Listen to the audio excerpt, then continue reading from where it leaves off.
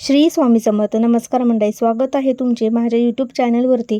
आजचा दिवस तुम्हाला खूप छान सुखाचा आनंदाचा जाऊ हीच मी स्वामींच्या चरणी प्रार्थना करते आणि आजच्या नवीन व्हिडिओला सुरुवात करते. येत्या 15 जून 2026ला म्हणजे सोमवारी आलेली आहे सोमवती अमावस्या. सध्या अधिक महिना सुरू आहे आणि या अधिक महिन्याची समाप्ती सोमवती अमावस्याला म्हणजे 15 जूनला होणार आहे. या सोमवती अमावस्येला दर्शी अमावस्या म्हणून देखील ओळखले जाईल, कारण या अमावस्येचा प्रारंभ 14 जूनला दुपारी 12:20 होणार आहे आणि समाप्ती ही 15 जूनला सकाळी 8:24 होणार आहे. उदयतिथीनुसार ही अधिक महिन्यातील अमावस्या म्हणजे सोमवती अमावस्या 15 जून रोजी साजरी केली जाणार आहे. प्रत्येक महिन्यातील अमावस्या तिथी येते आणि प्रत्येक अमावस्याचे महत्त्व हे सुद्धा वेगवेगळे असतं.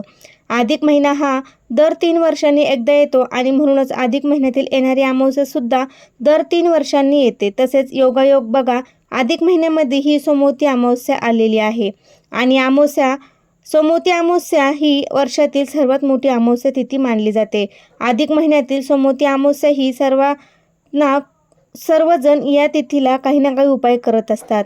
आपले हिंदू धर्मातील अत्यंत दुर्मिळ आणि पुण्यदायी योग आहे अधिक मास आणि सोमवती अमावस्या एकाच दिवशी येते, म्हणजे दुगंध शर्करा योग मानला जातो. या दिवशी केलेले जप, तप, स्नान, दान आणि उपाय हे इतर दिवसांपेक्षा अनेक पटीने फल देतात. जेव्हा अमावस्या तिथी ही सोमवारी येते तेव्हा त्या अमावस्येला सोमवती अमावस्या असे म्हणतात आणि म्हणून या दिवशी भगवान शिव आणि माता पार्वती यांची पूजा केली जाते.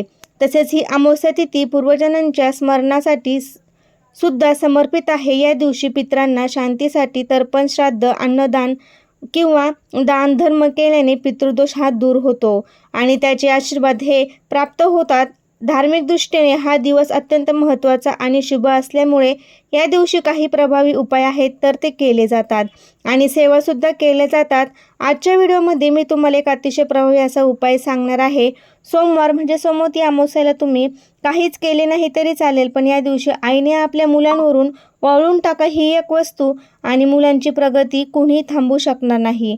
मुलांचे सर्व दोष, अडचणी, संकट, विघ्न दूर होऊन मुलांची प्रत्येक क्षेत्रामध्ये प्रगती होते.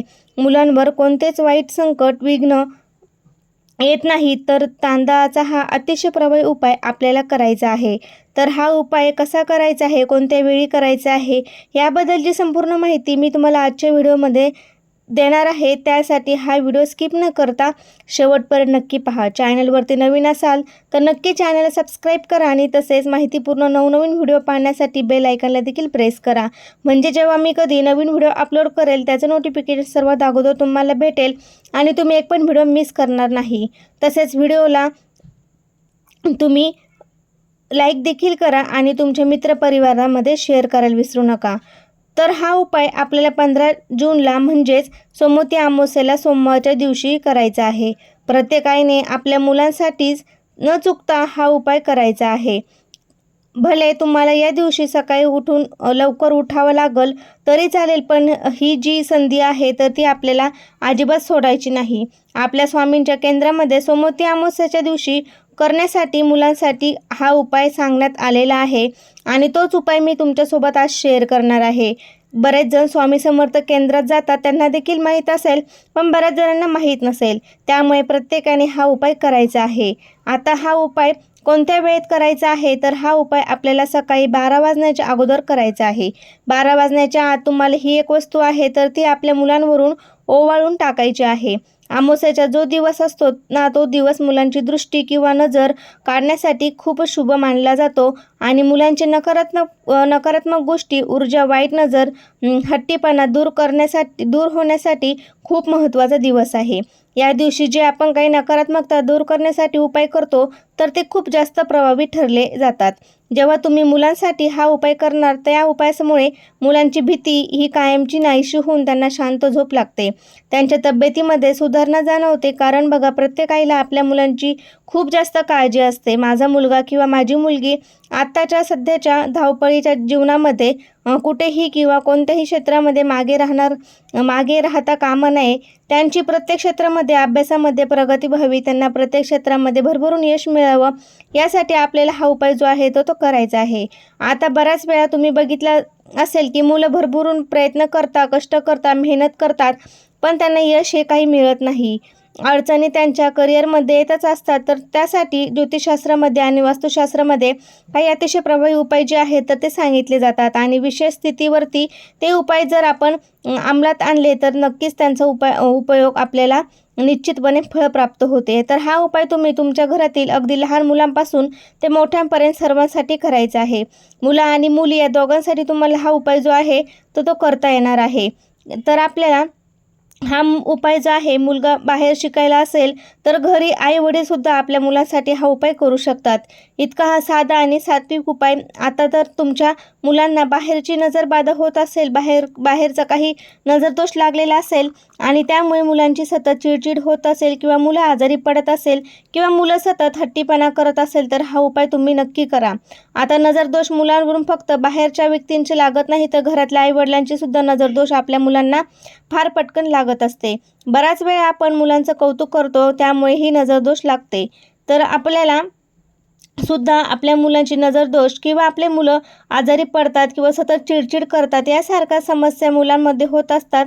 त्याचबरोबर जर मुलांची काही बाहेरची नजरबाधा किंवा नजरदोष लागलेला असेल तर त्यांच्या प्रगतीमध्ये किंवा लग्नात जमण्यासाठी काही अडचणी येत असतात. तर त्यासाठी आपल्याला हा उपाय जो आहे तर तो करायचा आहे. मुलांसाठी नक्कीच हा उपाय करा. तर आपल्याला 2 उपाय मी तुम्हाला सांगणार आहे, त्यापैकी तुम्ही एक उपाय नक्की करू शकता. सकाळी करायचा आहे आणि दुसरा उपाय जो आहे तो सांगणार आहे तो संध्याकाळी करायचा आहे.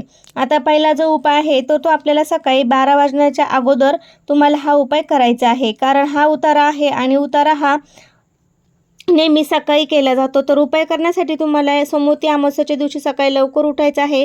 सर्वप्रथम स्वच्छ स्नान वगैरे करून घ्यायचं आहे. अंघोळ करून हा उपाय करायचा आहे. ज्या मुलांसाठी तुम्ही हा उपाय करत आहे त्या मुलांना सुद्धा अंघोळ घालायची आहे. आईने सुद्धा अंघोळ करायची आहे. आता सकाळी स्वच्छ स्नान करून झालं की सर्वप्रथम तुम्हाला काय करायचं आहे, 1 वाटीभर तांदूळ घ्यायचा आहे आणि त्या तांदळाचा तुम्हाला भात शिजवायचा आहे. 1 मूठभर तांदूळ घ्या.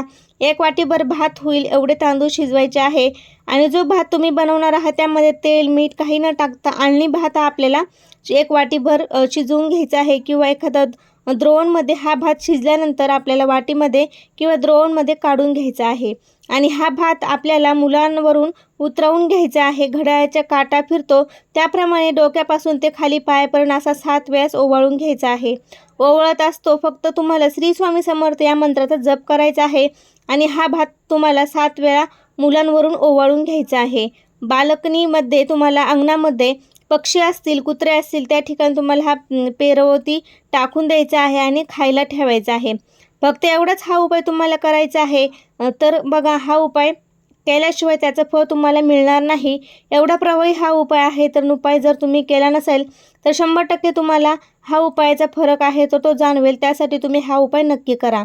मुलांमध्ये जी काही नकारात्मकता असेल किंवा जो काही मुलांमध्ये हट्टीपणा असेल तर तो दूर होतो आणि मुलांची प्रगती व्हायला सुरुवात होते. स्वामी समर्थांच्या केंद्रात हा उपाय सांगितला आहे. त्यामुळे प्रत्येक स्वामी भक्तांनी या सोमवती अमावस्येच्या दिवशी नक्की करा. आता तसा हा उपाय तुम्ही प्रत्येक अमावस्येला करू शकता, पण सोमवती अमावस्येला हा उपाय केला ना तो खूप प्रभावी जास्त ठरतो. कारण की तांदूळ हे जे असतात ते पांढरे तांदूळ किंवा पांढरा भात हा भगवान शिवशंकरांना अतिशय प्रिय आहे.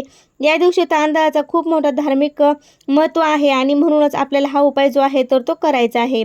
तर आता 2 मुलं असेल, 3 मुलं असेल किंवा 1 मुलगा किंवा 1 मुलगी असेल, दोघांसाठी थोडा वेगवेगळा हा भात घेऊनच आपल्याला उपाय करायचा आहे. 1च वाटीभर भात प्रत्येकावरून उतरवायचा नाही, हे देखील तुम्ही लक्षात ठेवा. तर दुसरा उपाय असा आहे की आपल्याला हा संध्याकाळी करायचा आहे. कोणत्या वेळेत करायचा आहे तर संध्याकाळी 6 वाजल्यापासून ते रात्री तुम्ही 12 वाजेपर्यंत हा उपाय करू शकता. तर तो उपाय करण्यासाठी तुम्हाला फक्त त्रुटीचा खडा घ्यायचा आहे. पाणी स्वच्छ करण्यासाठी आपण जी त्रुटीच वापरली जातो तर त्या त्रुटीचा खडा घ्यायचा आहे आणि खडा घेतल्यानंतर अगदी छोट्या आकाराचा घेतला तरी चालेल आणि तो खडा घेतल्यानंतर फक्त हा त्रुटीचा खडा आपल्याला मुलांवरून तुम्हाला वरपासून ते खालीपर्यंत 7 वेळा उतरवून घ्यायचा आहे आणि यानंतर हा त्रुटीचा खडा तुम्हाला जाळून टाकायचा आहे. 2 कापूरवड्या घ्यायच्या आहे आणि कापूरवड्या प्रज्वलित करून त्यावरती ठेवून तुम्हाला हा त्रुटीचा खडा जाळून टाकायचा आहे. तर आता हा त्रुटी ज्या प्रकारे पाणी शुद्ध करण्याचं काम करते त्याच प्रकारे जेव्हा आपल्या मुलांवरती ही त्रुटी उतरवून टाकतो तेव्हा मुलांवर शरीर, मन हे सुद्धा शुद्ध करते. आपल्या मुलांना जी काही बाहेरची नजर दोष झालेली आहे, नजर बाधा केलेली असेल किंवा जी काही नकारात्मक ऊर्जा आहे आपल्या मुलांमध्ये आहे, तर ती संपूर्णपणे नष्ट होते आणि म्हणूनच हा उपाय सुद्धा तुम्हाला करायचा आहे. आता जर तुमची मुलं बाहेरगावी शिकायला असेल तर मग हा उपाय कसा करायचा, किंवा काही जॉबला आहे तुम्ही तुमचे मुलं मुली, त्यासाठी तुम्हाला हा उपाय करायचा आहे, तर मग कसा करायचा, काय करायचं? मुलांकडे मोबाईल असेल तर ना, तर मुलांना व्हिडिओ कॉल करून तुम्ही मुलांवरून ह्या वस्तू ज्या आहे तर त्या उतरवू शकतात, किंवा मग मुलांचा फोटो असेल त्यावरून तुम्ही हे उतरवून सुद्धा टाकू शकता, तरीसुद्धा चालेल. त्या सांगितल्याप्रमाणे तुम्हाला हा उपाय करायचा आहे. खूप जास्त प्रभावी हे दोन्ही उपाय आहेत, त्यामध्ये तुम्ही नक्की करा. दोन्ही शक्य असेल तर दोन्ही करा किंवा दोन्हीपैकी एक केला तरी चालेल. अशा प्रकारे प्रत्येकाने आपल्या घरामध्ये मुलांसाठी हा उपाय करायचा आहे. तर आपल्या घरामध्ये सुतक विटा असेल तर कोणताही उपाय तुम्हाला करता येणार नाही. स्त्रीला मासिक धर्म असेल तर ही स्त्रियांनी आपल्या मुलांसाठी हा उपाय करू शकता. मासिक धर्मामध्ये हा उपाय आपल्याला करायचा नाही, तर कोणतीही व्यक्ती असेल त्यांच्याकडून तुम्ही हा उपाय करून घ्या. अजिबात नाही तर मासिक धर्मासुद्धा तुम्हाला मुलांसाठी हा उपाय करू शकतात. तर ही अत्यंत प्रभावी अशी सेवा आहे. तुमच्यापर्यंत मी तुम्हाला हे अतिशय प्रभावी उपाय सांगितलेले आहे. कसा वाटला व्हिडिओ ते कमेंटद्वारे नक्की सांगा. तुम्हाला व्हिडिओ आवडला असेल तुमच्या मित्रपरिवारामध्ये शेअर करा. श्री स्वामी समर्थ. धन्यवाद.